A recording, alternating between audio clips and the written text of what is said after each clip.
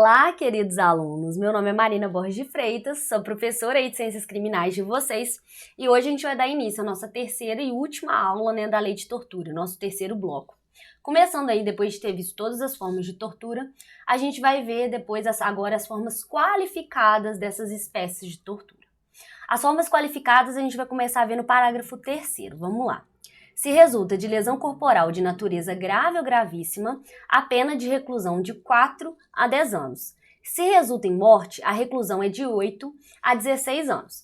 Então vale lembrar que se você pratica, um crime de tortura e tem como resultado uma lesão grave ou gravíssima, seguindo aqueles parâmetros lá do Código Penal, a gente vai ter uma forma qualificada da tortura.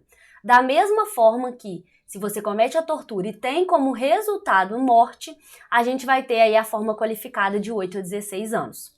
Vamos lembrar que a gente está falando de uma modalidade de tortura pré-dolosa. O que é isso? A pessoa, o indivíduo, ele teve dolo na tortura, ele praticou de forma dolosa a tortura e teve culpa no resultado. Então, a lesão corporal, seja ela grave ou gravíssima, ou a morte, aconteceu por culpa. Ele não teve o dolo de matar, ele não teve o dolo de lesionar de forma grave ou gravíssima. Aconteceu a título de culpa. O dolo estava só no antecedente, estava só na tortura, e por isso pré-doloso. Se não, se foi um caso que o indivíduo quis torturar e depois quis torturar e quis causar a lesão, seja ela grave ou gravíssima, torturou e depois quis praticar o homicídio, a gente está falando do que a gente chama de desígnios autônomos. Teve desígnio autônomo da tortura e da lesão corporal, desígnio autônomo da tortura e do homicídio. Então aí ele vai responder pelos dois crimes em concurso material. Não é esse o caso aqui da forma qualificada. Nesse caso em específico, ele teve o dolo exclusivamente na tortura. E aí aconteceu um resultado de lesão, um resultado de morte, tá? Não teve desígnios autônomos, O desígnio, o dolo dele estava só na tortura. E se for lesão leve, Porque a gente vê lesão grave, gravíssima, morte, mas e a leve?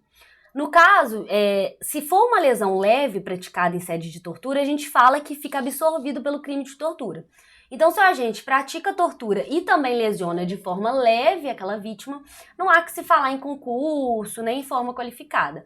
Faz parte ali do modus operandi ali daquele crime de tortura. Então, pra gente ter a forma qualificada é lesão grave ou gravíssima. Se aparecer lesão leve, tá errado na forma qualificada. Ou morte. Lembrando que se não tiver tido desígnios autônomos. Então, aquele agente, ao praticar a morte, ao praticar a lesão corporal grave ou gravíssima, não teve esse dolo. O dolo estava só na tortura. E aí sim, a gente está falando de uma forma qualificada da tortura. Além das formas qualificadas, a lei também traz as causas de aumento de pena. Então, a pena pode ser aumentada, de 1/6 a 1/3, como fala o parágrafo 4º, em 3 situações específicas. Vamos ver. Primeiro, se o crime é cometido por um agente público. Então, se o crime é cometido por um agente público, além do crime de tortura, ele vai responder com uma causa de aumento de pena, de 1/6 a 1/3. Mas vale lembrar que só vai ter essa causa de aumento se ser um agente público não for um requisito do tipo. Se for um crime próprio que exija que esse sujeito ativo seja um agente público, aí não há que se falar, de uma causa de aumento de pena, porque já é um aspecto do próprio tipo. Então, se não for uma exigência do tipo ser um agente público e o cometimento da tortura for por um agente público, a gente vai ter uma causa de aumento de pena. Outra causa de aumento de pena é quando praticado aí em grupos mais vulneráveis. No caso, a lei selecionou criança, gestante, portador de deficiência, criança, ou adolescente, ou maior de 60 anos. Vale lembrar que a lei coloca esses grupos vulneráveis, selecionou esses grupos vulneráveis para delegar a eles uma maior proteção. Então, o agente, quando pratica esse crime de tortura, ele tem que estar ciente dessa condição. O caso de uma pessoa que praticou o crime de tortura contra uma gestante que estava só por 2 semanas, por exemplo, da gravidez, que nem ela sabia da gravidez, por exemplo. Aí ele pratica tortura contra ela, depois de um tempo vai descobrir que na data daquele fato típico ela estava grávida. Ele vai responder com uma causa de aumento de pena? Não, porque ele não tinha ciência. Vai responder pelo crime de tortura, não é esse o ponto. Mas não com a causa de aumento de pena. Para a pena ser aumentada por conta desse inciso 2º, o agente tem que ter ciência que é um portador de deficiência, ciência, que é uma gestante, ciência da idade. Ele pode ter certeza que ele tem mais de 18 anos e não que é um adolescente. Então ele tem que ter ciência, tá? Dessa vulnerabilidade para que a gente não tenha uma responsabilização objetiva, né? E terceiro, se o crime é cometido mediante sequestro. Aqui também é importante ver esses desígnios autônomos. Por quê? Se você comete o crime de tortura por meio do sequestro, digamos, o sequestro é o seu modus operandi, aí há que se falar em uma causa de aumento de pena. Você praticou o crime de tortura com uma causa de aumento de pena, porque cometeu a tortura por meio do sequestro. Mas se o indivíduo comete a tortura com aquela vítima, fica cometendo a tortura, enfim, na hora que cessa a tortura, por exemplo, e depois resolve também sequestrar, a gente está falando de desígnios autônomos, de dolos distintos. E aí a gente está falando de um concurso. Essa causa de aumento de pena aqui é só quando você comete o crime de tortura mediante sequestro. Eu expliquei aqui, né, porque o meu objetivo aqui é dar bem mastigadinho para vocês, mas eu também gosto de trazer doutrina, principalmente, né, quando há autores e referências. Renato Brasileiro aqui, ele é ótimo em processo penal, ele tem um manual muito interessante, e ele explica, né, essa força do princípio da construção de conseguir absorver o crime de sequestro quando não há desígnios autônomos, e aí fica só como um aumento de pena. Se há desígnios autônomos, seria concurso de delitos, tá? Tem a explicação do Renato Brasileiro aí também, se vocês quiserem printar a tela e dar uma lida. Tem no manual dele, eu coloquei direitinho aí de onde eu tirei. Efeitos da sentença. O efeitos da sentença está na nossa lei no parágrafo 5º. Vamos ler. A condenação acarretará. Ih, hoje tá difícil, hein? A perda do cargo, função ou emprego público e a interdição para o seu exercício pelo dobro do prazo da pena aplicada. O que é isso? Eu cometi o crime de tortura e eu tenho um emprego público, por exemplo. Eu vou perder, né, por força do parágrafo 5º, eu vou perder meu emprego público e eu vou ficar pelo período do dobro da minha pena, por exemplo, 5 anos, eu vou ficar por 10 anos impossibilitada de ter um novo cargo, função ou emprego público. Muito se discutia se esse efeito da sentença precisava de uma determinação do magistrado.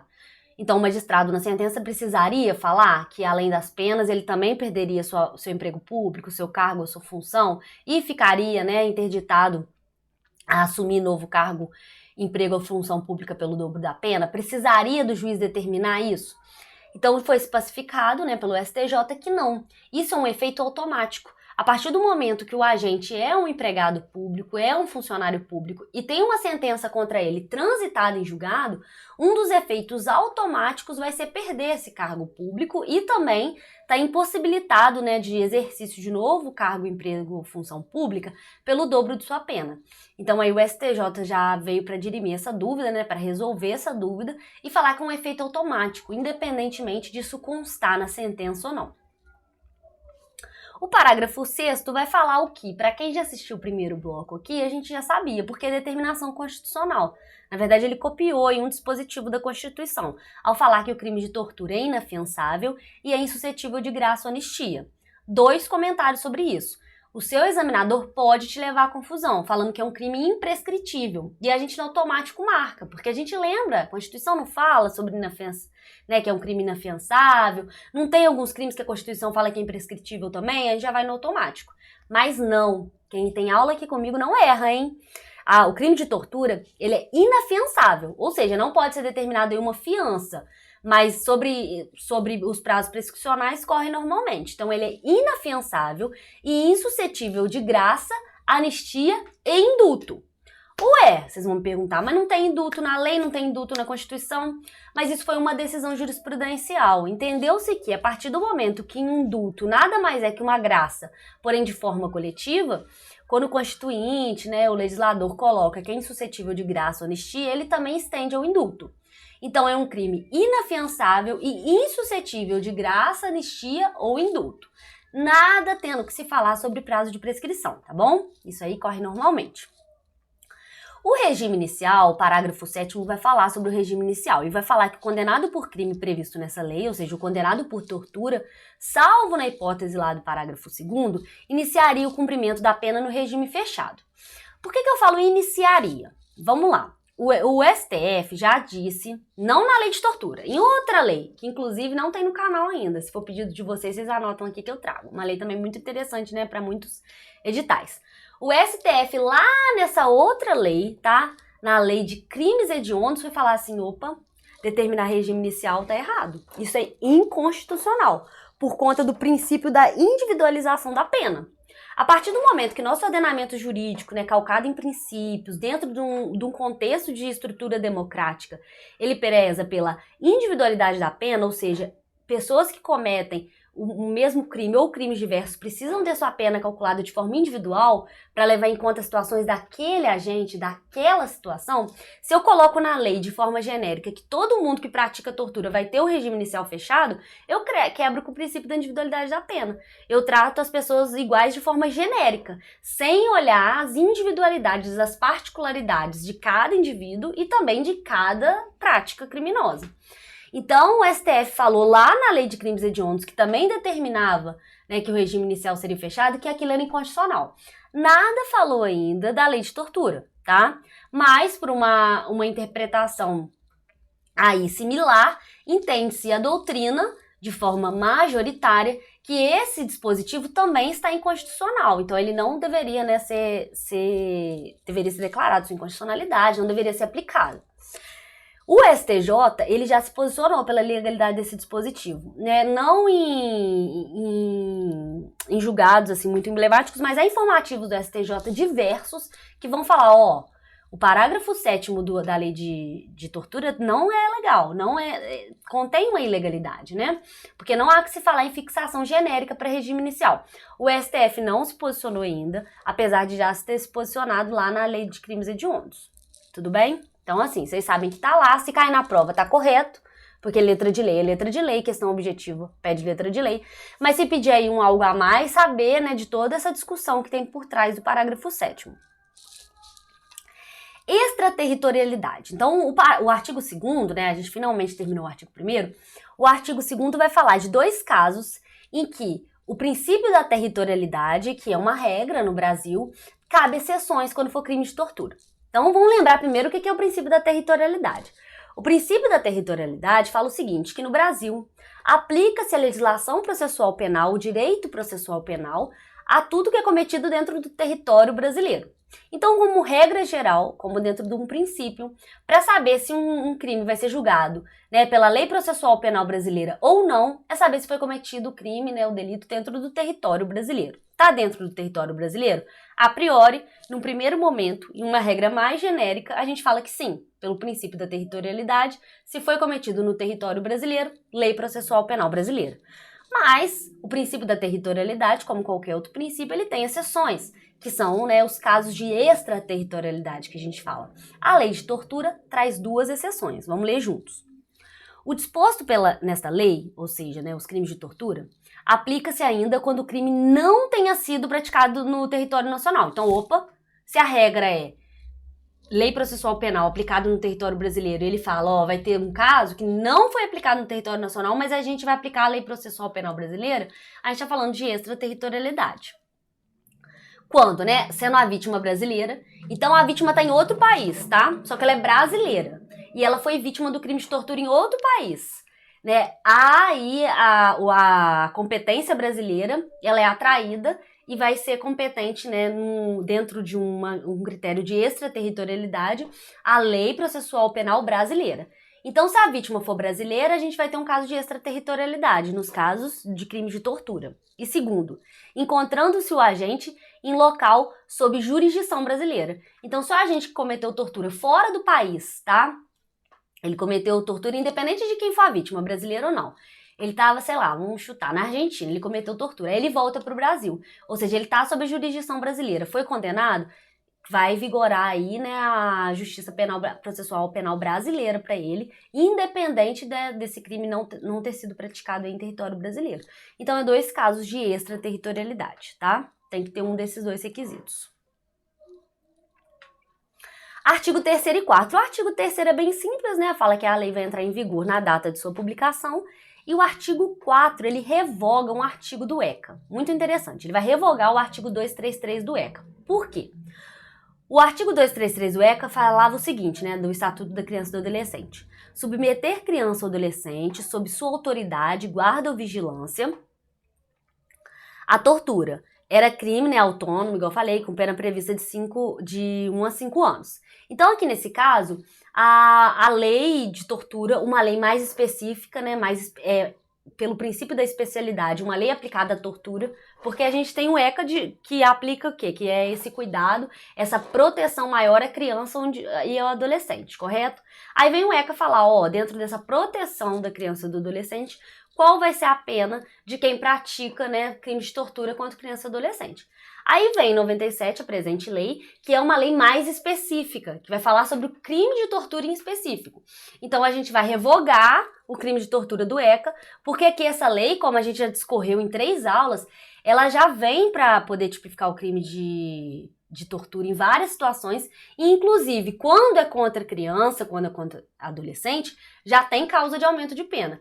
Então, claro que à luz do que o ECA faz, né, porque o ECA traz uma proteção especial da criança e do adolescente, a lei de tortura absorve isso e coloca uma causa de aumento para quando se pratica crime de tortura contra criança e adolescente, e não precisa mais esse tipo ali do ECA. Agora a gente tem tipos específicos e causas de aumento de pena específicos aqui dentro da lei de tortura. Por isso, essa revogação, tá? E por último, né, outra decisão aí do STF muito interessante em 2019 foi falar o quê? Lá na hora, né, da sentença, que depois do cálculo de pena tem a possibilidade de substituir penas privativas de liberdade por penas restritivas de direito, há essa hipótese no nosso ordenamento jurídico, o STF fala que no caso do crime de tortura isso não é possível.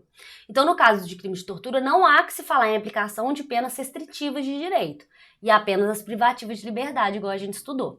É uma forma aí que, no caso, né, o STF entendeu nessa interpretação de dar uma maior proteção, né, a esse cuidado, né, que o ordenamento jurídico tem de se evitar o crime de tortura.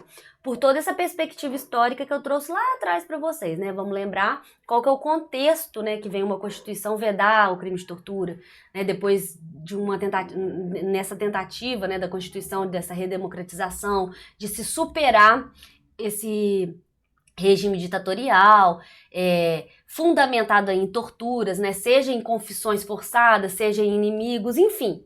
O crime de tortura ele precisa ser enfrentado de forma mais assídua. Vem o STF, ao lado de outros crimes também, e coloca aqui a substituição por penas restritivas de direito, no caso de tortura, é vedado. E por último, para a gente encerrar nossa lei aqui, a gente vai falar tudo que o pacote anticrime, que foi a lei, que foi conhecida, né, como lei, a lei, que depois se tornou lei anticrime, né, mas o pacote anticrime ficou muito famoso, enfim. Ele trouxe algumas mudanças para o nosso ordenamento jurídico e algumas afetam aqui a lei de tortura, mais especificamente os crimes de tortura. Aí eu trouxe nesse quadro, é mais em relação à progressão de regime ao livramento condicional, tá? A progressão de regime, ela mudou os quantitativos, né? Então, pode ter progressão de regime depois de cumprir 40% se for crime hediondo ou equiparado, se o réu for primário. Tudo interessa a gente porque a gente tá falando do quê? De um crime equiparado ou hediondo, né? No caso do crime de tortura. 50%, eu vou falar crime hediondo ou equiparado porque foi o que a lei trouxe. No nosso caso aqui, no caso, se for uma tortura com morte, ele for primário, só vai poder ter progressão de regime com 50%. Se ele cometer tortura e for um reincidente na prática de crime hediondo ou equiparado, ou seja, de tortura ou de outro crime hediondo ou de outro crime equiparado, ele vai ter a progressão de regime só depois de cumprir 60% da pena. E por último, né, se é reincidente, pratica um crime hediondo, no nosso caso, um crime de tortura com resultado morte, ele só vai ter a progressão de regime depois de 70% do cumprimento. Foram mudanças do pacote anticrime, né, que depois se torna a lei anticrime, que tem reflexo direto aqui na lei que a gente está estudando. E por último, o livramento condicional, né? 1/3 condenado não reincidente em crime doloso também afeta a gente, porque a gente está falando de um crime doloso, né? Metade condenado reincidente em crime doloso também interessa aqui pra gente. 2/3 condenado por crime hediondo ou equiparado, salvo se reincidente específico, isso permanece, mas eu coloquei aqui por quê? Pra gente ver como é o regramento que atinge a tortura. E por último, né, vedado a condenação por crime hediondo ou equiparado com resultado morte. O que quer dizer com isso? A partir da lei anticrime, se a pessoa pratica um crime hediondo ou equiparado, no caso, o crime de tortura também está nessa, e tem o resultado morte, não é possível o livramento condicional, tá? Então é isso, gente. Eu passei com vocês aí toda a lei, né, de tortura. É uma lei muito interessante, é uma lei que a gente negligencia muitas vezes, porque como ela é curtinha, parece que ela é muito simples. E não é que ela seja difícil, mas ela é importante. Ela tem muito mais detalhes do que parece ter, né, quando a gente vê que só tem 4 artigos a lei. Então, no mais é isso. Se vocês gostaram, indiquem para colega de vocês, né, para alguém que está precisando dessa aula. Vão acompanhando aqui e, por favor, gente, coloca sugestão, né, de leis que vocês querem ter, de temas, né? Não precisa ser lei. Às vezes um tema interessante, que eu quero ir passando os conteúdos aqui para vocês de acordo com a necessidade, com a vontade de vocês, tá bom? Esse canal é nosso. Um forte abraço e espero vocês aí na nossa próxima lei. Tchauzinho!